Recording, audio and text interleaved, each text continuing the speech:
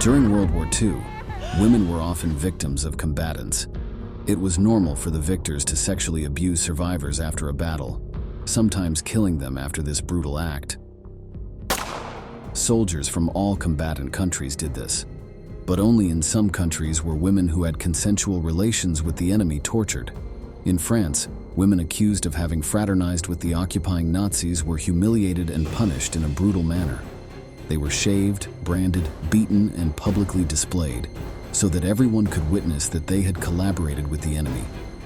Some of them were even executed without trial. The French people would never forgive them, and they would not allow them to forget what they had done.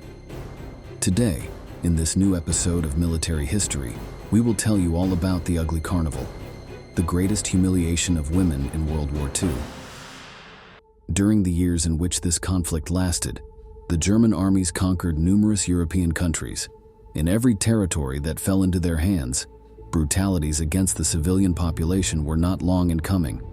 Nations such as Poland or the Soviet Union, with the majority of their inhabitants of Jewish or Slavic origin, were the ones that suffered the most atrocities at the hands of the Nazis.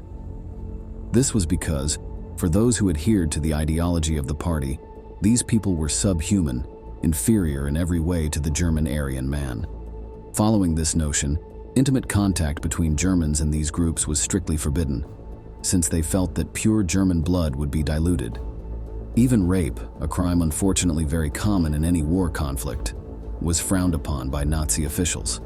Although this did not prevent it from happening frequently, it could be severely punished. But this was not the case in all the conquered territories. In several of the countries taken by the Nazis, there lived men and women that the Germans considered acceptable. This was the case in Denmark and Norway, for example. It is believed that around 12,000 babies were born from the unions of German soldiers and Scandinavian women, and while many were the result of sexual abuse, this was not the case for all. A number of people from these countries chose to collaborate with the enemy. Often they did so because they felt they had no alternative and that they needed the protection of the conquering regime. In other cases, however, the women were sincere in their affections. They might sympathize with Nazi ideology, or perhaps they preferred to ignore the atrocities committed in the name of the party. Whatever the case, fraternization was a very common occurrence. Les femmes, privées de leur mari et de leur fils, s'étaient retrouvées seules face à l'occupant. Par nécessité, par solitude ou pour obtenir quelques menues faveurs, quelques-unes n'avaient pas hésité à collaborer avec l'ennemi. D'autres s'étaient livrées, sans retenue, corps et âme. This was true even in countries where there was the most animosity, such as the United Kingdom. Although Hitler was never able to conquer the country, he was able to take the Channel Islands, located between the coasts of England and France. In this small territory alone, there were about 900 children of German parents.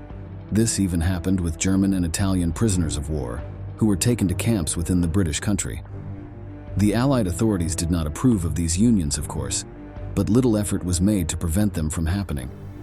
This, however, was not the case with countries such as France or Holland. Fraternization there was severely punished by the local resistance. Any woman accused of being a collaborator or having had relations with an invader could suffer humiliation, beatings, and torture. This did not prevent around 200,000 babies being born from unions between Germans and French women. France fell in June 1940. Within a month, the defenders were overwhelmed by the Nazis' novel strategies and technologies and suffered one of their greatest military humiliations. After the conquest, the country was divided in two. On one side, the northern and western region, which included Paris, was occupied by the Germans. On the other half, a collaborationist puppet state was established, led by politicians who were sympathetic to Hitler's ideology, including those who signed the surrender. The latter was called Vichy France. It can be seen then that the complicit nature of certain sectors of French society towards the Germans was encouraged by the government. A huge number of German soldiers began relationships, emotional or simply sexual, with women from this country. For several of them, the Germans were sophisticated men, many of them well-educated, able to speak the local language. They admired their way of dressing and their good manners, according to their own words. The Nazis, for their part, were also delighted with French girls.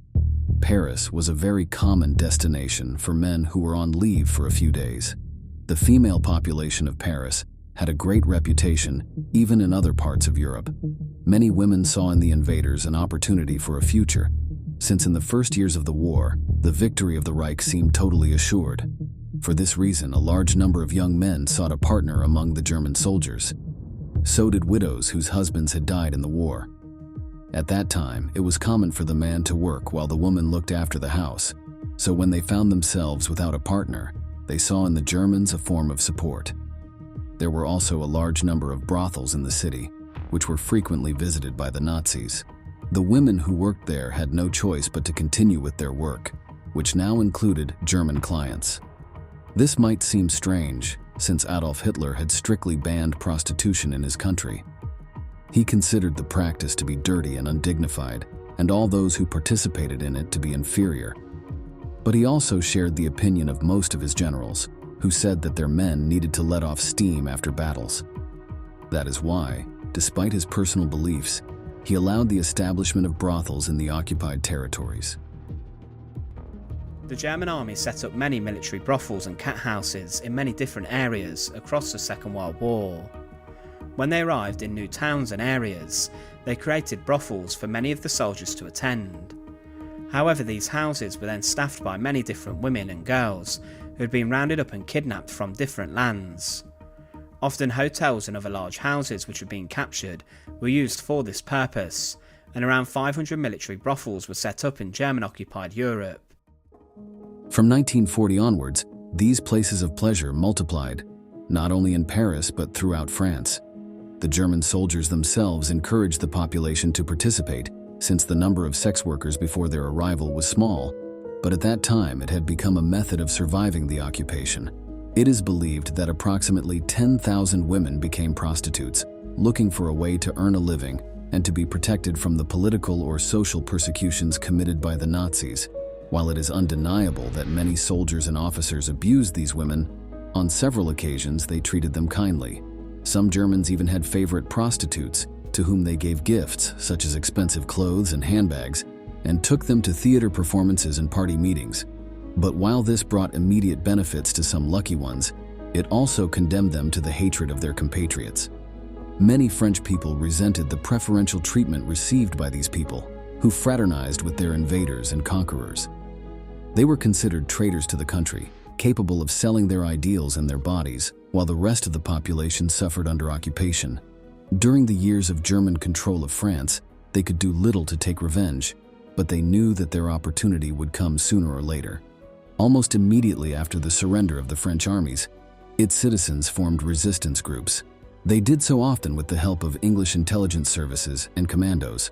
Their tasks included surveillance and sabotage, and they were responsible for hindering the process of German conquests. They also leaked a great deal of valuable information to the Allies, which facilitated the invasion of Europe in 1944, but they also carried out punitive actions. Most of their targets were German officers or administrators, many of whom were killed in the middle of the night by surprise attacks, but not all of the targets were military in nature. Several were civilians or political administrators, mostly from Vichy France. It did not matter if they were French, they were shot equally. The resistance would target members of the group for assassination at public places such as in cafes or in the open, and on the 24th of April 1943 they shot a milician in Marseille. Over the next few months, dozens have been killed and wounded in attacks, but the most prominent person killed by the resistance was Philippe Henriot, often referred to as the French Goebbels. He was killed inside of his apartment in the Ministry of Information in the early hours of the 28th of June 1944 by resistance members dressed as members of the milice. Another victim of the resistance's revenge was anyone accused of sleeping with the enemy. This was sarcastically called horizontal collaboration, and while it was not usually punishable by death, the penalty was not that severe. During the years when France was in German hands, the resistance did not take such numerous actions against these women. They preferred to use the few resources they had to damage the Nazi war machine. But this began to change on June 6, 1944, when the Allies invaded the Normandy coast in what was called D-Day. In the following months, Americans, British, Canadians, and others advanced rapidly, recapturing French towns and cities. The war was beginning to turn against the Germans, and this caused the partisan organizations to gain more courage. These citizens helped in the liberation of the territory, either with information or more directly, with rifles and grenades. They were even the ones who started the actions that would culminate in the expulsion of the Nazis from Paris. But the joy they felt after recapturing towns or cities often turned into a darker feeling. If a German soldier fell into the hands of the resistance, he was often subjected to beatings and torture. Often, even summary execution was carried out. They did not see it as murder, but as the righteous act of finishing off an enemy combatant, perpetrator of crimes against their homeland. The same, however, happened with civilian collaborators. Several politicians and administrators who helped in the Nazi occupation were sentenced to death and shot or hanged. Likewise, women who had slept with the invaders were not spared. The hatred that the French people had accumulated over the years could finally be released. Thus, they were subjected to severe humiliation, as mentioned above. This practice was known as the ugly carnival. In front of crowds of thousands, the accused were taken to the middle of public squares or outside state buildings. There, in full view of everyone, their hair was shaved off completely. This was done brutally, often with machetes or blades, so it was almost inevitable that they would end up bleeding from wounds on their scalp. They were thus referred to as femmes tondues, meaning shaved women. This punishment is a practice that dates back to medieval times. Those accused of adultery or some other crime considered feminine were stripped of their hair, which was seen as a seductive feature. In this way, the women of France were deprived of the main tool with which they had gained the advantages they enjoyed during the occupation. Some begged for mercy while crying, and others stood defiantly in front of the vengeful crowd, but all suffered the same fate. Scalps were often burned in communal bonfires, and the smell could be perceived miles away. Couper la chevelure d'une femme, c'est mutiler sa féminité, la déshumaniser. Parfois même, on improvise des tribunaux pour justifier la tonte. Les femmes ont beau essayer de se défendre devant cette justice populaire, peu importe qu'elles soient coupables ou non. Les jeux sont faits d'avance car il faut des victimes expiatoires. La moitié des femmes qui sont tondues ne le sont pas pour avoir couché avec les Allemands.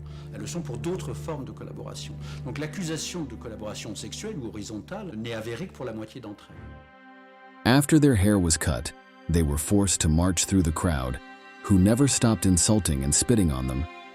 Their clothes were often taken off, partially or completely, to increase the level of humiliation. They were also pelted with rotten food, or even rocks, sometimes seriously injuring them. Blood was normal, and some even died from the blows they received. To leave no doubt about their collaboration with the Nazis, a swastika was often painted on their foreheads or bodies with lipstick.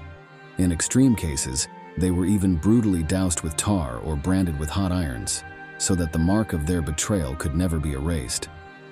To ensure that no one was left unseen, the accused were also forced to stand on trucks or carts, which were driven slowly through the villages. However, not all those who took part in humiliating these women were members of the resistance. Some of the most vocal in their denunciations were people who had remained on the sidelines of the fighting. To cover up this lack of action, they helped subject the girls to these cruel tortures. Others had even been collaborators of the Nazi regime themselves. They used the humiliation of these people to camouflage their own betrayal and thus go unnoticed. Those who were discovered were quickly executed, but others managed to fool the rest of the partisans. But it could also happen that the thirst for revenge of the newly freed extended to people whose guilt could be questioned. In the town of Cherbourg, for example, an entire truck was filled with teenage girls, many of whom did not even understand why they were being punished. Some of them had not had the opportunity to refuse the sexual advances of enemy soldiers. This did not matter to the French population, who subjected them to the already common torture and humiliation. Something similar happened with the girls who worked in brothels, who could be forced to have sexual relations with the Nazis. They also sometimes did so because they needed to guarantee food and medicine for themselves and their families. None of this was a sufficient excuse for the French partisans. The ugly carnival was witnessed countless times by Allied soldiers as they advanced through French territory. Some of these men, not understanding what was happening, wanted to intervene to save the women. In general, however, they had direct orders from their superiors not to interfere with what they saw as a matter of resistance. According to these people, the English and Americans had not suffered invasion or occupation, so they could not judge their actions at all. The Allies who witnessed the humiliated women often described them as frightened animals hunted by their hunters. Although they might have felt sympathy for them, they almost never interfered in the revenge of the French population. But the ugly carnival was also suffered by women who never slept with Nazi soldiers or officers. Cleaners, who had simply worked in German military barracks, were in turn shaved, beaten, and humiliated. This also happened to those women, generally single or widowed, who were forced to shelter Germans in their homes. All this was seen as collaboration with the enemy and treason to the French homeland. The ugly carnival continued, and one man who witnessed it claimed that, "I watched an open lorry drive past to the accompaniment of boos and catcalls from the French populace, with a dozen miserable women in the back, every hair on their heads shaved off. They were in tears, hanging their heads in shame. Whilst disgusted by this cruelty, I reflected that we British had not known invasion or occupation for some 900 years, so we were not the best judges." These practices, although more frequent in this country, were not exclusive to it. The population of other nations conquered by the Nazis, such as Belgium and Holland, also vented their fury against women after being liberated. But France was where fraternization and horizontal collaboration became most common, so most of the victims came from there. Not all members of the French resistance approved of these cruel practices. Some of their leaders confronted the so-called shearers, demanding that they be treated humanely. As important figures within the partisans, they were sometimes able to convince the crowd to release the victim, but they could not be everywhere at once. Carnivals lasted for months, even after Germany's unconditional surrender. As stated at the beginning of the video, the fruit of unions during the occupation often culminated in the birth of babies. Some Germans who survived the end of the war and the revenge of the partisans returned to their French partners. In general, they emigrated to Germany where they were more accepted, but a large number of these children were left without parents, since many of them had surely died on the battlefields or as prisoners of war. Now women had to raise them while their neighbors and even their family rejected them. The sons and daughters of Nazis suffered this stigma throughout their childhood, and sometimes it extended into their adult life as well. We have reached the end of the video and we want to ask you, do you think these women deserved the treatment they were subjected to? Leave us your answer in the comments box below and don't forget to subscribe to our channel to learn about many more military events that left their mark on history.